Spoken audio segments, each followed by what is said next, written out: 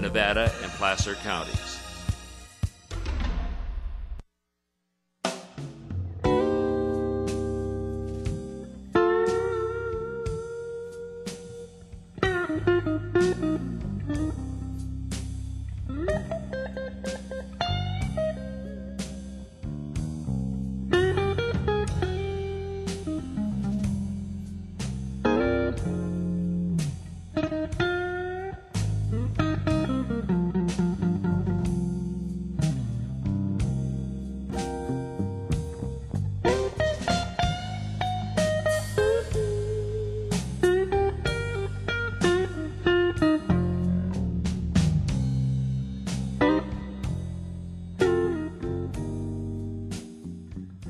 Good evening and welcome to another edition of Nevada County Interviews. I'm Malakoff the Duck.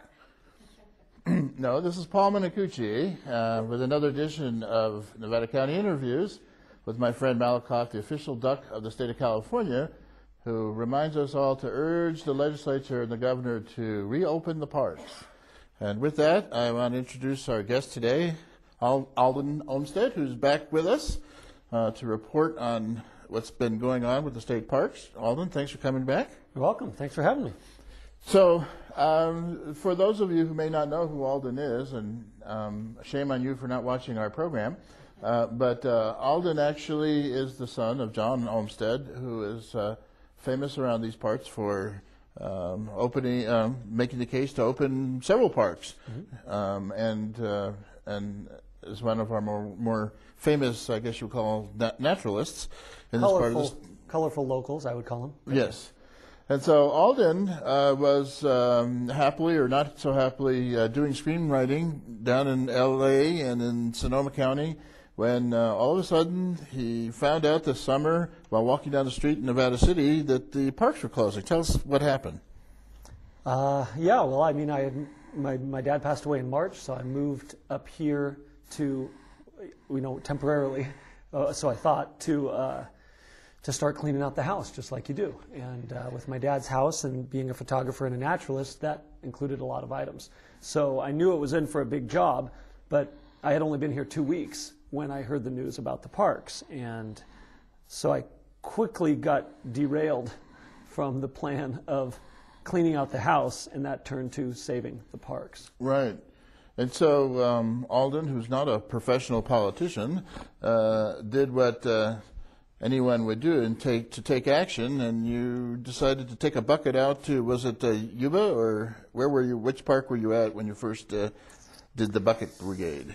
Yeah, I went down to the river just because the newspaper needed a story, and actually this would be the first day that I was there. So I went down to the river with a bucket that someone had given me, made a quick image of my dad saying that $1 from every California resident will save our state parks, based on the fact that we were told there was a $22 million budget shortfall that had resulted in the park closures, and there are roughly 38 million California residents. So I just thought, rather than taxes or fee hikes or whatever, I just thought, well, just everyone give a buck. Right. And so that resulted in sort of the bucket list started, right, or the bucket campaign starting. Yes, and that was back in April, May? Late May, yeah, May 13th, the announcement came out, and this is May 24th, so May 26th. So I just didn't waste a lot of time. Right. I know there were a lot of people kind of formulating what should we do. This is all politics. Jerry Brown's just trying to make a statement. I just thought I don't have time to answer those questions. Right. What I can do in the meantime is raising support, raising money, and asking questions, and that's what I found were my two biggest, I guess, strengths in this, was spreading the word out, number one, and raising awareness that the parks are in danger of closing, and number two, asking direct, questions of state parks and forcing them to answer those questions. And the questions were, how did these 70 parks get on the list in the first place? Some of these parks aren't on the list because they lose money, so why are they on the list? Have you thought about archiving these items? Are you going to box up the cannons at Malakoff? Are you going to box up the mission and put it in a box and protect it? Right. All of these things cannot be boxed away in a warehouse somewhere. Right. Have you thought about the loss to local economies? local economies are millions of dollars that people spend in gas money and sandwiches and water to go to the parks and outdoor gear. So have you thought about that? And why is no one else asking these questions? And why am I the only one? Now, I wasn't the only one.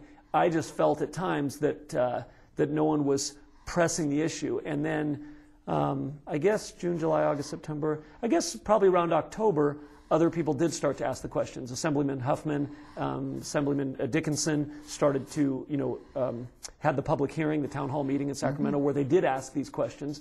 And Circle stepped forward and started to rally the local troops. And different counties had different groups that are still going. And that's good. They are going strong. The State Parks Foundation has turned around and become very active. At the beginning, I think it was a little tough for them because Prop 21 didn't pass. So they thought, well, we already asked money from the state we already asked residents to vote. But if you look at the counties that have the parks that are on the closure list, most of those counties did vote for Prop 21 completely.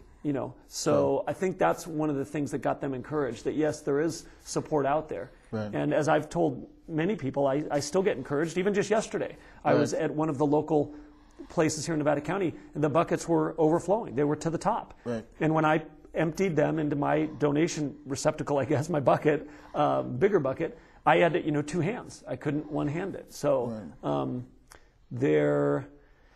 even in this economy or whatever people are saying. So I grew up not really buying excuses, maybe because my dad was not around. So I've never felt like using excuses is good. So in this case, I don't care what the economy is doing. I don't care which political party forced this. The fact is, all California residents have a stake in the parks, whether they know it or not, because the economy is tied to it. Our image to the world, whether we like it or not, and whether, which governor has different commercials on, our image to the world is that we are an outdoor mecca. If you love the outdoors, if you love the entertainment industry, you love the Golden Gate Bridge, Yosemite, the Sierra Nevada mountains, the beaches, the valley, whatever, if you love agriculture, if you love the outdoors, California is it. So how can we have a California where we're closing parks, and what message is that sending? Right, and we were talking off camera about the fact that California is sort of this mythic fantasy for the world, and yet those of us who are living here are not actually keeping up with with the responsibility, or at least the way I look at it. So let's talk a little bit about what happened this week, and from there we'll discuss what progress at what price. So what tell us what happened. You guys made a trip. There was a caravan to Sacramento. Yes, I guess it would start with Mono Lake. So Mono Lake, it came out in I think early December, that Mono Lake Tufa State Reserve was saved from two reasons.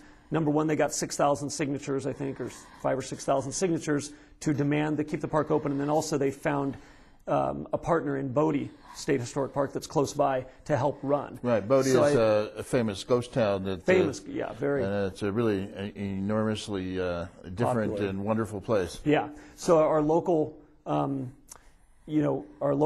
representatives and Circle and many other people said, well, if they did signatures, then we can do signatures. So Circle, to their credit, started doing a great job of this campaign, and they resulted in 10,000 signatures.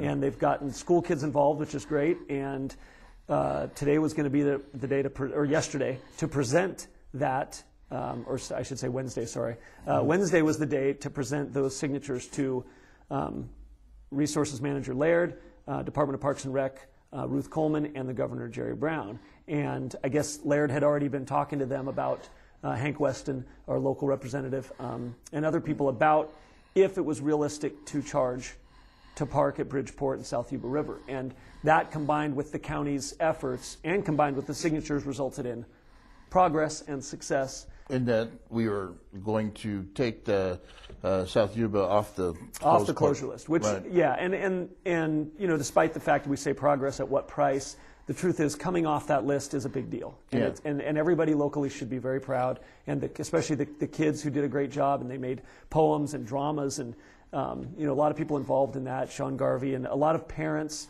teachers, just a real great effort, and I'm sure it was real fun for the kids to be in the Capitol with a successful campaign. And I think, in this age of cynicism, it is good for the kids to know that actually, power of the people does work. And if you can organize them effectively and you have the right cause, then things can get done even in this day and age. So what's the situation with Malakoff Diggins? Well, so yeah, the South Yuba River, they're going to designate parking. They're going to figure out a parking fee structure for that. And, there's 4 major crossings that people use to go swimming or picnicking at. And so I'm not sure how they're going to work all those. I'm hoping, off the record, that they'll come up with maybe a summer pass or a river pass where you don't have to pay every day. But then Malakoff is still up in the air. So what I'm trying to do with Malakoff is, and there might be an image available that they can put on the screen here, which would be the second image.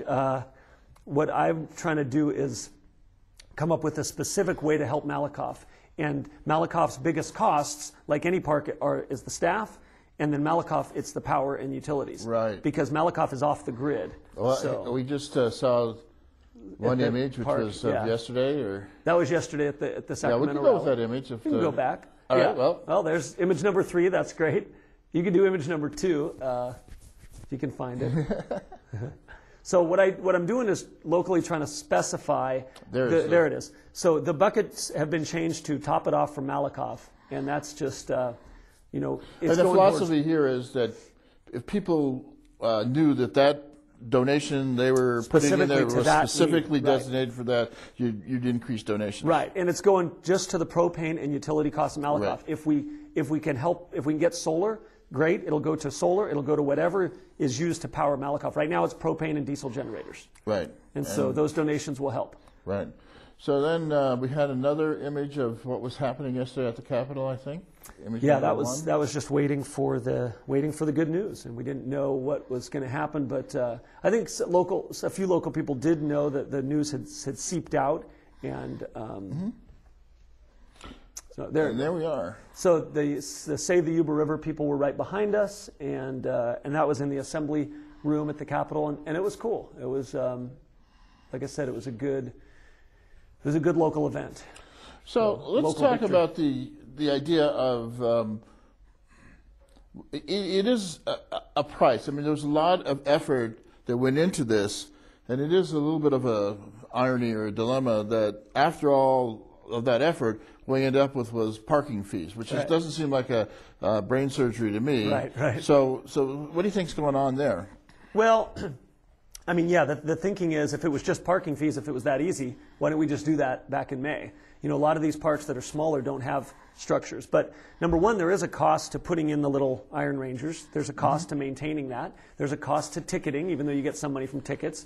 There's a cost to doing all that. So it's a double-edged sword. But I think, unfortunately, we all know that this was a political move back when it was done, that $22 million is budget dust for the state of California. On a good day, we bring in $25 million of revenue, one day.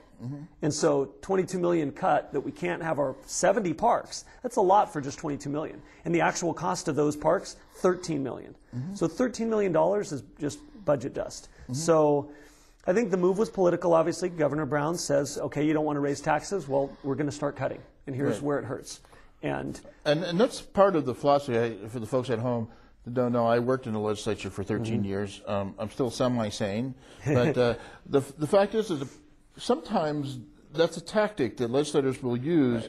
They will put at risk those things that are the most important or the most popular just because they know that would create the most public outcry, and then that would increase the chances of actually getting stuff funded. So do you think that's the case in this case?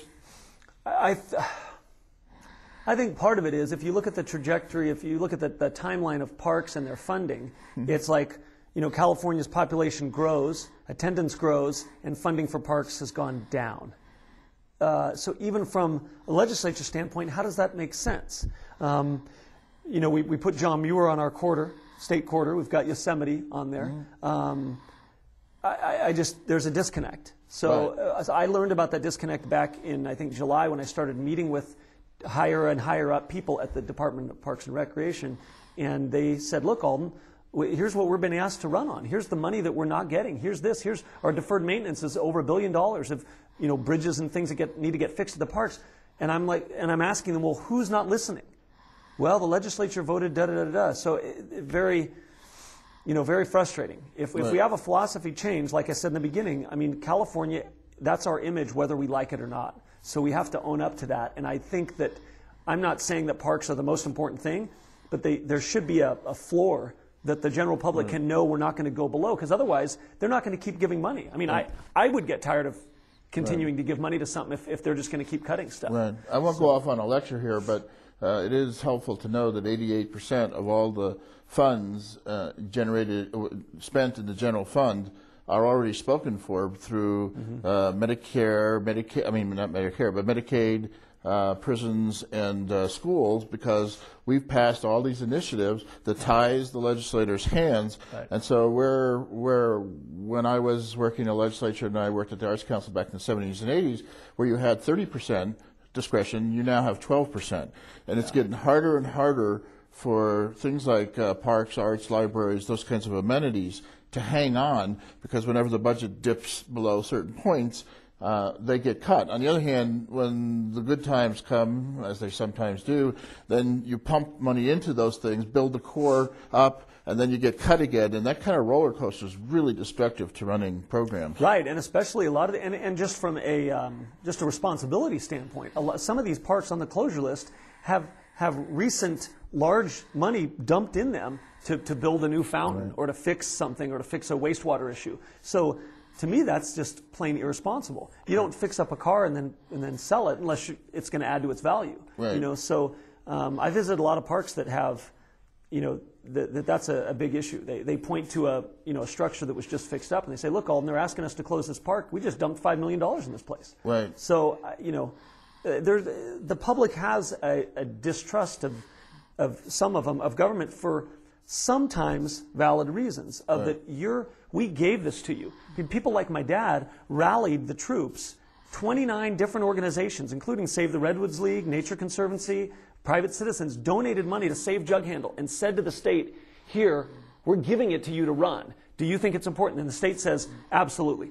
Jug Handle and the Pygmy Forest Ecological Staircase is important, and we're going to run it. And then there's a kind of a breach of contract feeling of, well, now you're saying you can't even take care of it?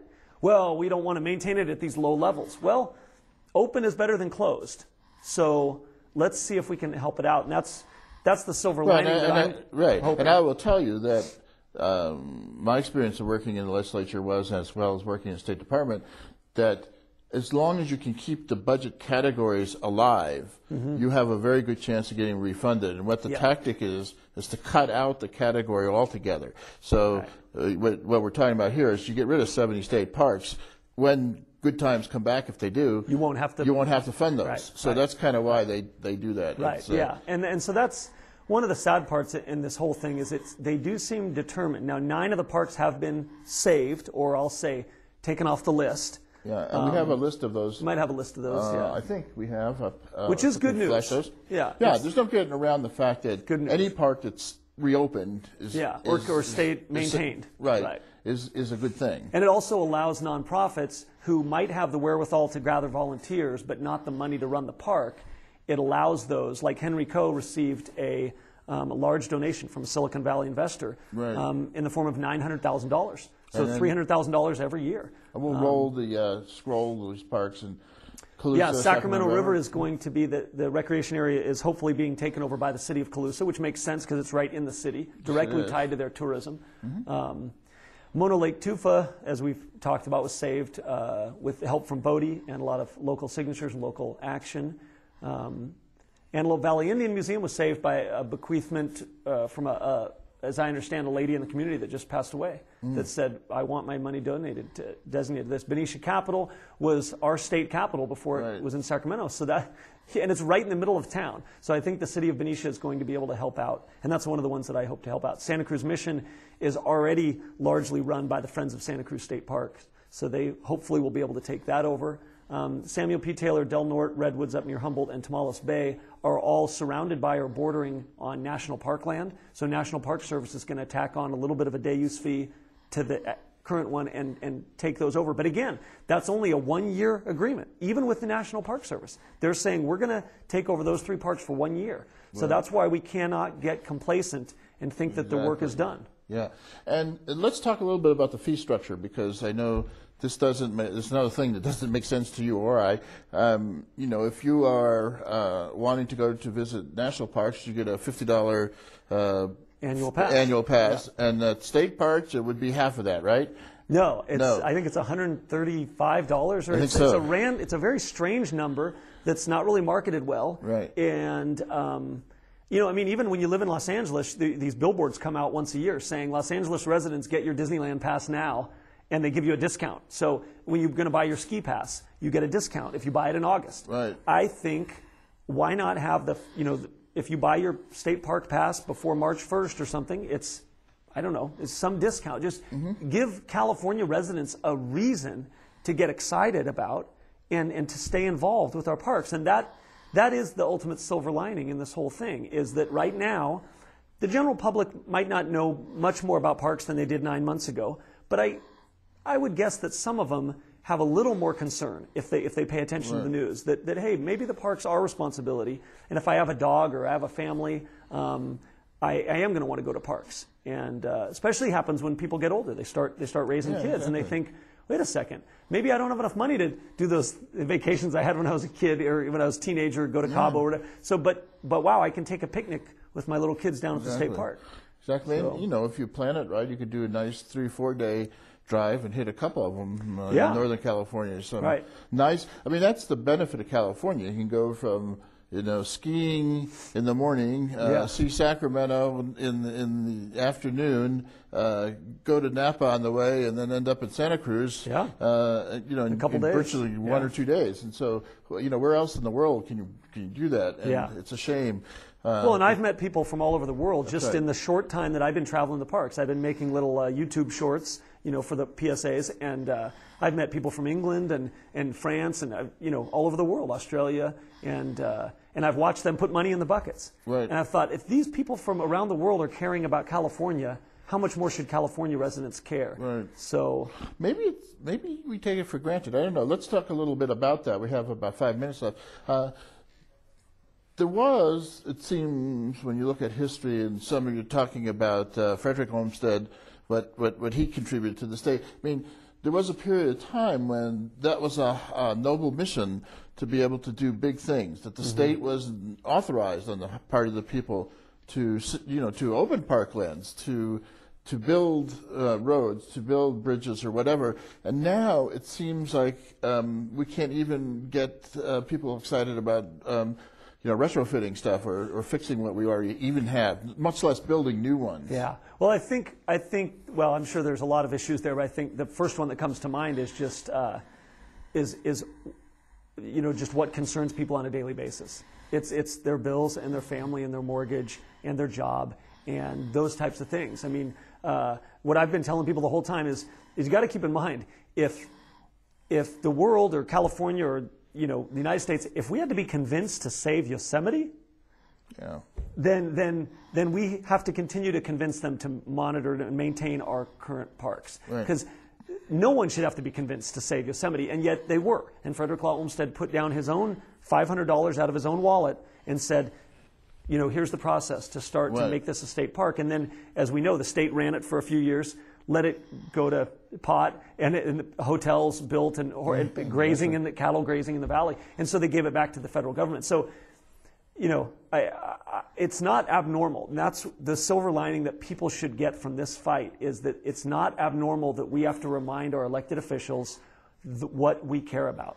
So don't get involved and think that this is a one-time thing. Right. Get involved and stay involved. And don't stay involved because you think it's a burden, but stay involved because you understand the value of this beautiful state. Right. And this state is, has the highest point, the lowest point, places up on the coast in Eureka with the redwoods and the desert. I mean, this state is too beautiful to let go. And very blessed. And at the end of the day, it does make you wonder. Because I have to say, sure. Back then, you had to convince people, but Americans weren't any richer back then than they are today. That's right. And that's just, I often wonder, like you talk about arts and libraries, and I was traveling in Costa Rica, and the comparison between what Costa Rica does for their arts, parks, and libraries compared to America is just unbelievable.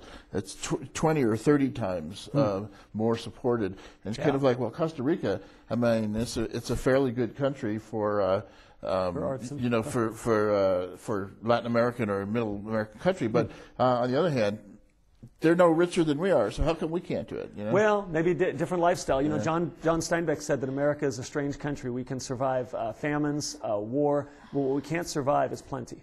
Yep. Having too much, we can't survive it. We don't know what to do with it. We got about a minute left, and I want to take a moment to talk about another asset here in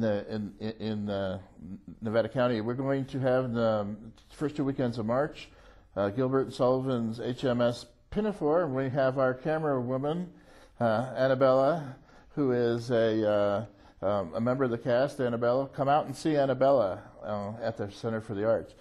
So Alden, thank you so much for coming on. I really appreciate all you do, and I know people around these parts have a great appreciation for your efforts. We hope for the best and hope to see Malakoff and other state parks come off the list. Thank you. That's about all we have time for today. So this is Paul Minicucci saying bye-bye until next time.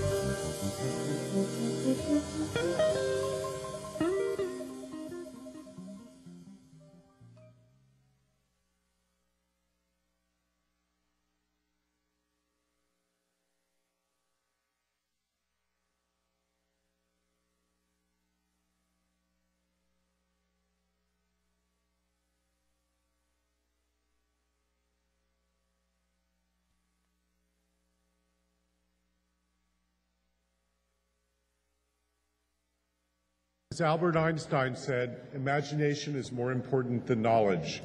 It's a preview of life's coming attractions.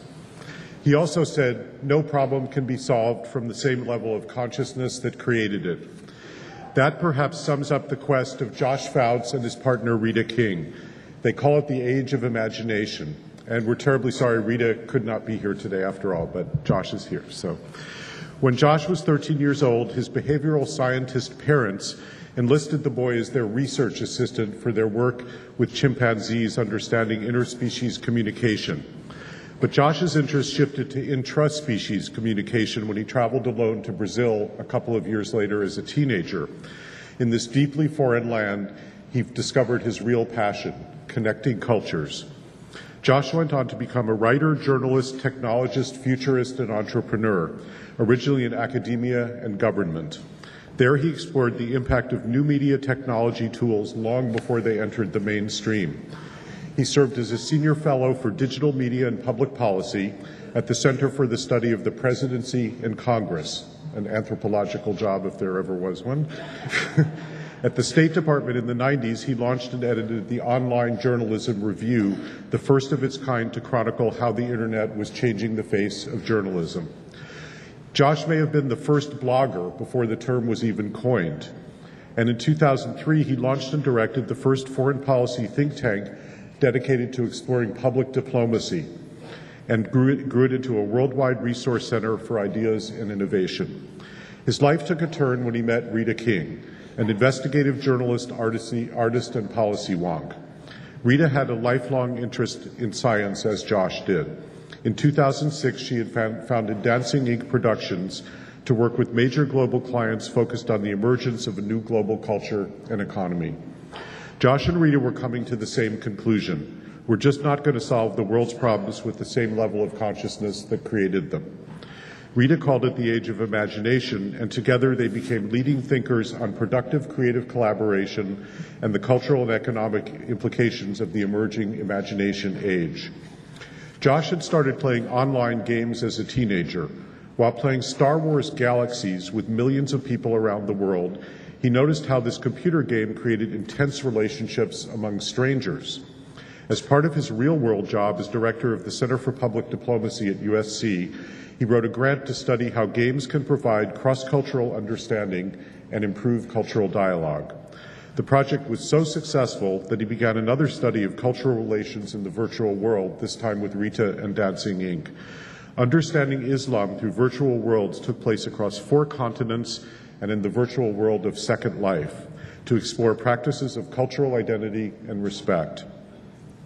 Today, Josh and Rita are recognized as the world's leading experts on digital diplomacy. Most recently, they co-directed Imagination, Creating the Future of Education and Work. It's an interactive project for educators that explores the intersection between K-12 science education, technology evolution, and 21st century workforce preparedness. Earlier this year, Josh and Rita joined Science House, whose mission is to bring diverse people together to promote and advance science. Josh now directs the Science House Foundation, which is sharing the excitement of science with kids all over the world and creates programs that provide schools with resources and educational experiences to spark the imagination. To invoke Einstein once more, intellectuals solve problems, geniuses prevent them. Josh Fouts and Rita King are preventing problems. Please join me in welcoming Josh Fouts.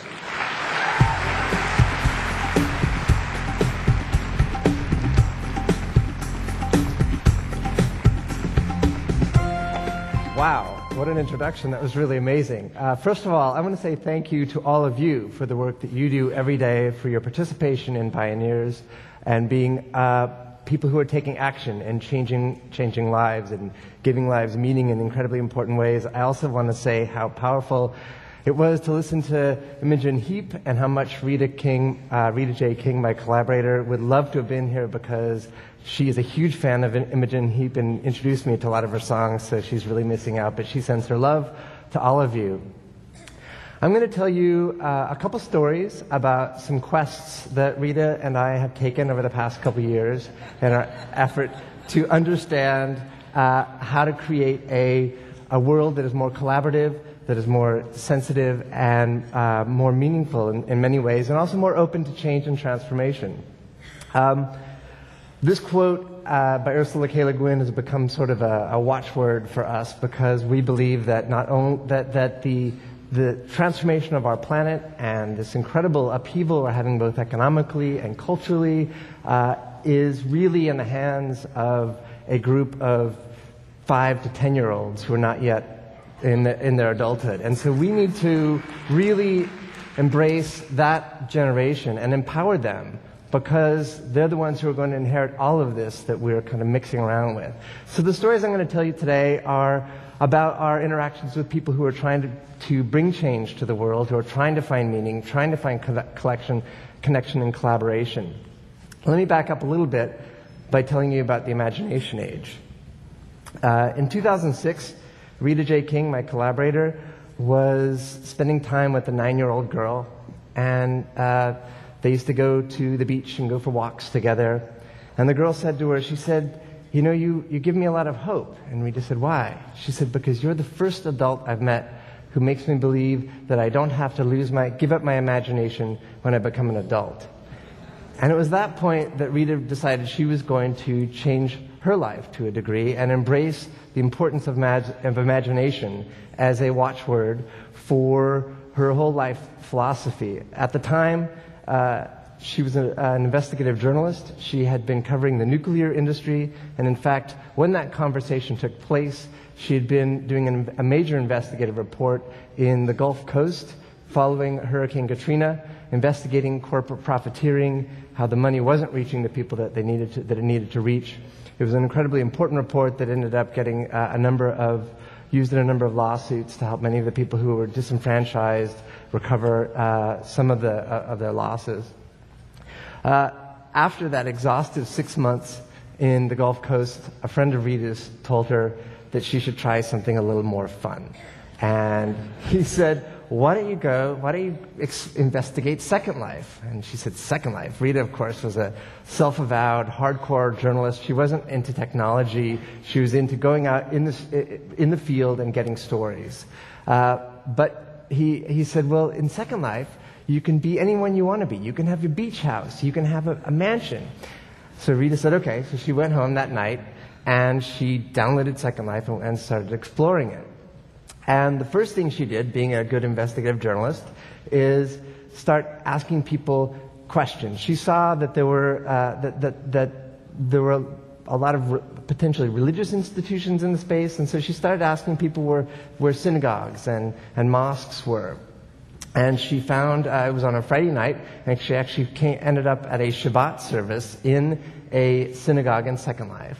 And she started interviewing the people at the synagogue. And she found a woman there who she was interviewing. One of the great things about Second Life is that you can have multiple layers of conversations. So while I'm speaking to you publicly here, I could also be chatting with someone who's in the crowd, one of you, and then another of you could be having a group conversation. So you have all these layers of conversations going on.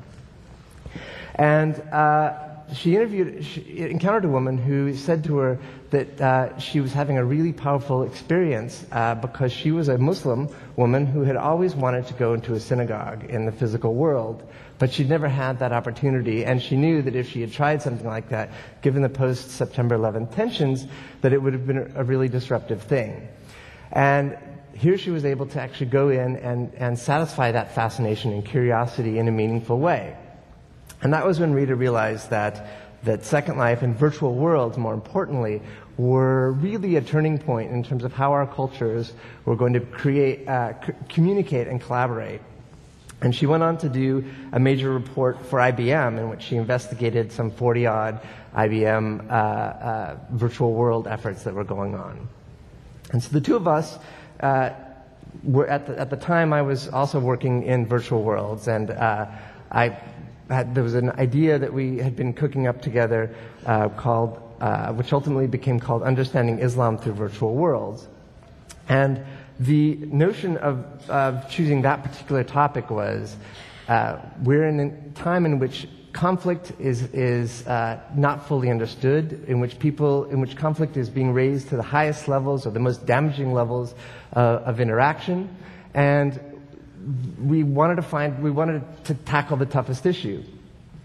So we went into the virtual world of Second Life to do a year-long quest, which we called Understanding Islam Through Virtual Worlds. This is a screenshot of the report that we did. We did three kinds of reports. We did a graphic novel because we realized that telling this story, being so visual, really required using images, and also because not just that it's visual, but it's very unusual and strange to people. This kind of technology, particularly in 2008 when we were doing the project, was perceived as sort of fringe, and in fact people told us there was no possible way we were going to be able to find people from the Middle East or from Muslim cultures who would be possibly in a virtual world. In fact, what we found was just the opposite.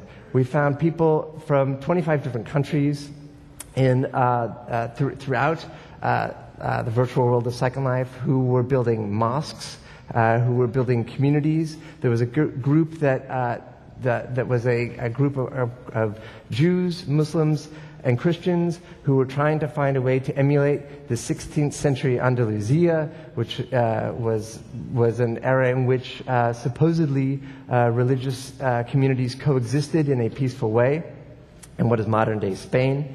And this group was living out this experience in Second Life to try to find ways to create better connectivity. We also did an 8.5-minute documentary, which I'll show a bit of later on this afternoon when I'm speaking at one of the afternoon sessions.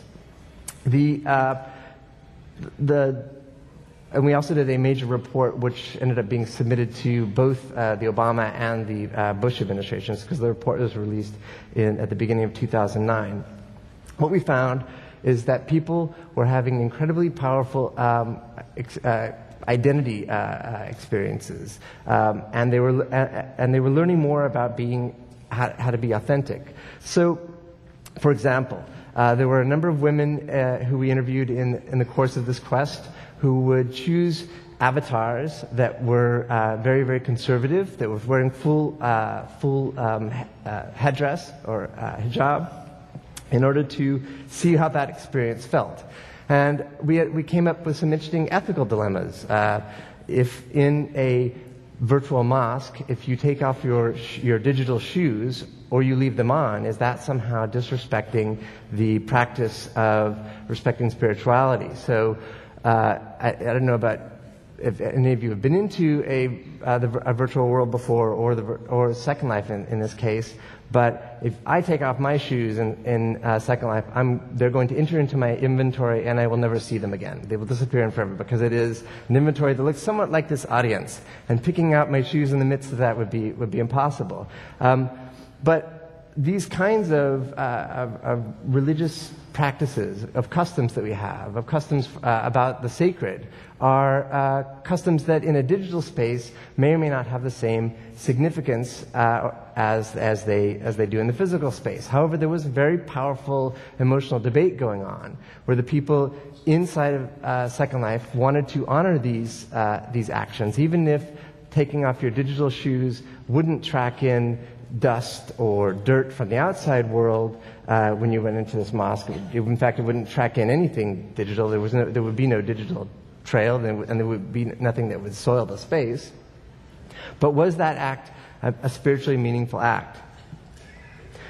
A year later, I went back to the communities that we had visited from our 2008 report, and I interviewed some more of them. And I went to a community, the community of what they were now calling Al-Andalus, this Andalusia, and I interviewed a number of their community members about how things had changed since we'd first visited them in 2008.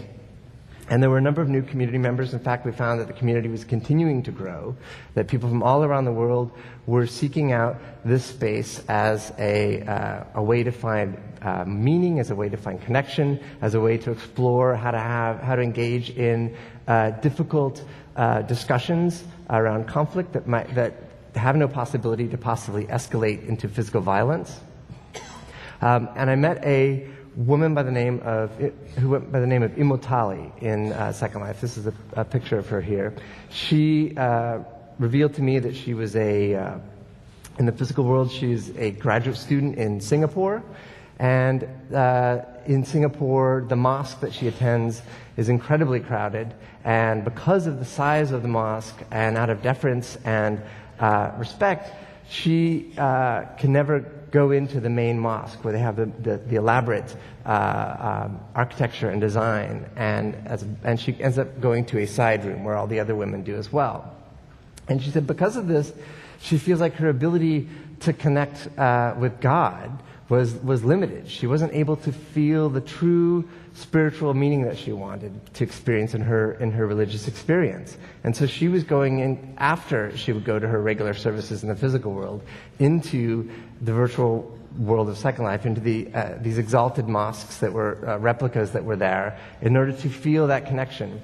So what's so interesting about that story is that these experiences that people have virtually are very, very real. We tend to dissociate technological experiences as other, as not human, as not real. And yet, people are going there for very visceral and powerful experiences. And that is one of the points that we believe illustrates the significance of the imagination age. The imagination age is really taking a different filter on all of the different metaphors that we use to describe the time we're in. The time we're in today is often described as the information age. We feel that that information is a really heavy term, and it's laden with certain technological and cultural predispositions, or prejudices, if you will, about what it means to be in a world with ubiquitous information. But if you look at that through a different filter, if you take your information age glasses off and you put on your imagination age glasses, and you say, wow, all of this technology can be used creatively to express myself more authentically, to understand my identity, to understand your identity, to connect with you in multiple ways. If you take that artistic approach to it, it actually opens up a whole new world. And that's part of the filter that we were trying to embrace when we explore this. So After we completed the Understanding Islam project, we were continuing to explore the role of virtual worlds. And this led us to discover a small community in Louisiana, which was in Lafayette, Louisiana, actually, where there is a $26 million facility you can see behind me called LIGHT. LIGHT has some of the most expensive and far-reaching technology for immersive simulations of any non-military center in the United States.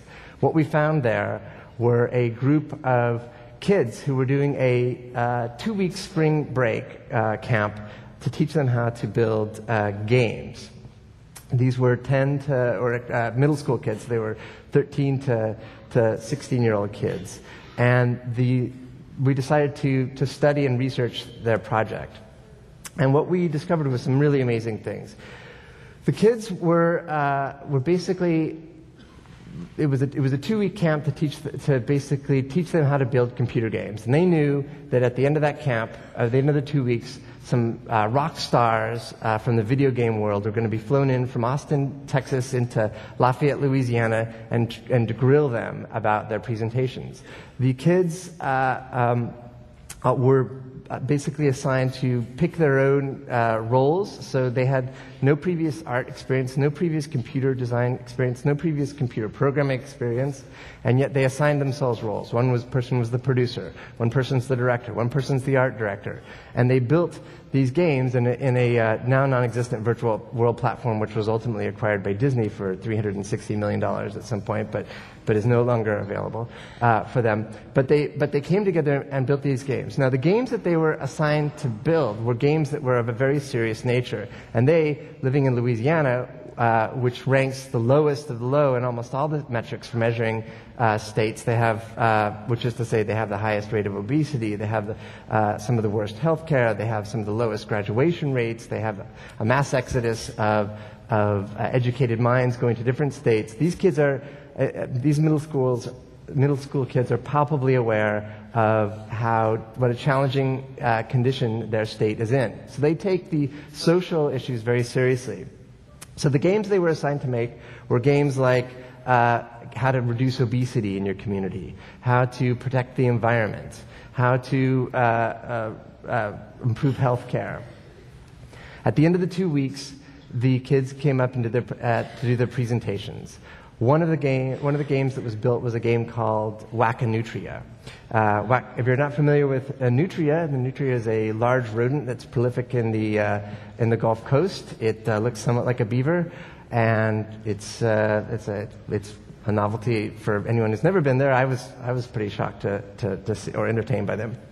But the Rockstar game developers from Austin, Texas, who were basically assigned to treat these kids as though they were 30-year-old or veteran game designers who were coming to pitch them games, and they took that assignment very seriously. They flew in. They were wearing black turtlenecks and aviator glasses, which was already an intimidating thing for a group of middle schoolers who had never done public speaking before, who had never built computer games before, but they loved games and they took their assignment really seriously.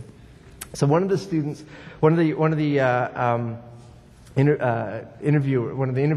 game developers, after looking at this Whack-A-Nutria game, says to the student, "How do you know that the Whack-A-Mole people are not going to sue you for copyright infringement?" And this 12-year-old kid straightens up his tie and then very lucidly lists out a 6-point reasoning of how he was not in violation of copyright at all. And it was this level of focus and lucidity that really reminded us of the power of this generation, of the fact that if you take 10 to 12-year-olds or 13 to 14-year-olds and you treat them with the respect that they merit, and ask them how can they solve the environmental issues, and say, and look, we're going to treat you like you're an adult. You're on the stage. They will honor that assignment. And to see these kids from a completely cross section of communities. One of the students there was who was the child of the custodian who cleaned the light building. She actually worked after hours with her mother cleaning the bathrooms, but during the day she got special dispensation to attend the summer camp. These kids came out of their shells completely and really honored the responsibility and respect they were given. That experience we turned into a web-based report, which I have a screenshot of behind me, which is called Imagination: Creating the Future of Education and Work. It was a 2-year project where we traveled throughout the United States and we interviewed everything from engineers and scientists to school teachers and tried to tackle what it was that was challenging our nation most in preparing our kids for a 21st century economy. Because one of the big issues that they have, particularly in this collapsing U.S. economy or this transforming U.S. economy, is the fact that the models with which we're teaching our children, the educational systems, are still largely ingrained in preparing them for an industrialized culture as opposed to an entrepreneurial culture. And that's really one of the things that they bring to them naturally. Their whole mindset in the 5th and 6th grade realm is one in which they're open and agile. So some of the recommendations we gave were that creativity and agility need to be encouraged among students, that collaboration is actually an asset, that taking a standardized test by yourself alone and not working with your fellow students is actually counter to the way that our whole society is evolving. If we're going to take this, thank you. In this interconnected, collaborative world where we have access to all of these incredible digital tools to connect with each other, we have to embrace the fact that the 10 to 12-year-olds or the 7 to 9-year-olds or the 13 to 16-year-olds that are going to be inheriting this planet are inherently being raised in a collaborative space. So empowering them to be creative, to be agile, to be collaborative, and trusting them to do that in a responsible way was one of our main recommendations. There are 18 chapters. That's all online. You're welcome to look at it. And it's meant to basically give parents, teachers, and students easy-to-use tools for reforming education and workforce preparedness. Right after we released that report, Rita and I were by an organization called Science House.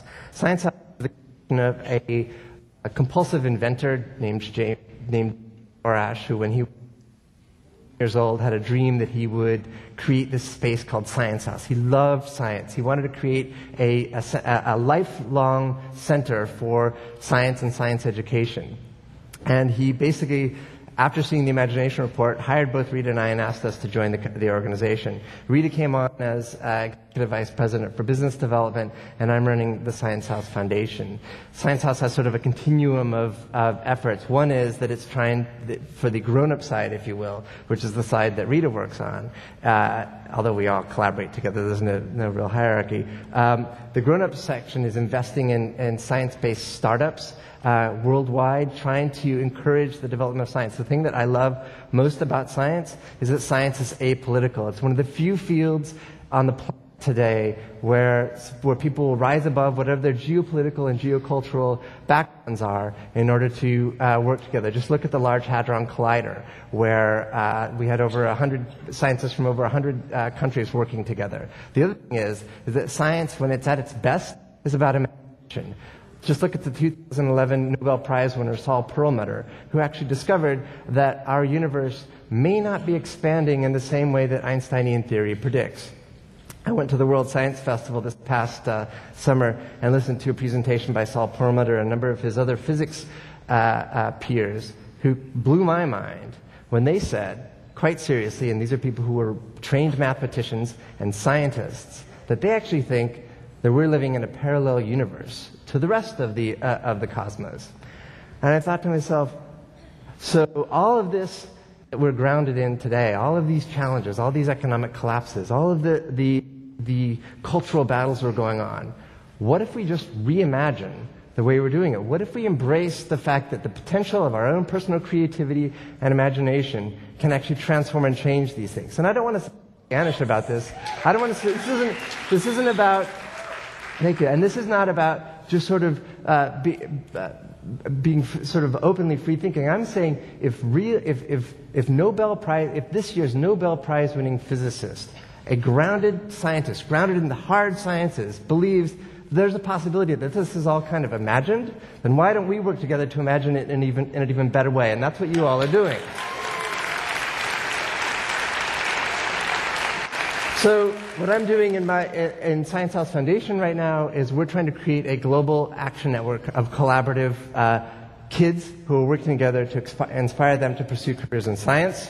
Micro Global Scope is one of our projects where we give out high-powered microscopes. I encourage all of you to suggest it and recommend it to people, your friends. And it's targeted at 5th and 6th graders. We give out high-powered microscopes to 5th and 6th grade science teachers around the world. The only thing that they have to do is to share their discoveries with each other on a collaborative website, so the kids in Ecuador and Brasilia and Thailand are discovering the same things as the kids in Indiana, or actually learning how their environments and worlds are different. And if you can empower 5th and 6th graders to get excited about science and to realize that science skills are the kind of thing that can transform our economy, that can transform our culture, and the fact that it's something we have to do together, then I think you can move one step further toward handing this mantle of responsibility to these kids in a way that empowers them with the knowledge of the full capacity of their efforts.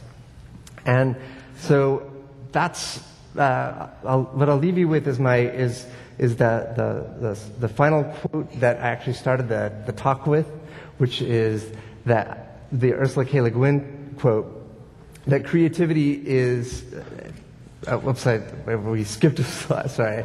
Global collaboration, I already talked about that. And the creative adult is the child who has survived. And I hope that all of you will take away in these last 5 seconds before I say goodbye to you, that, and maybe I'll see you this afternoon, that I hope that all of you will focus on maintaining the child inside you to survive and grow and be creative. And thank you.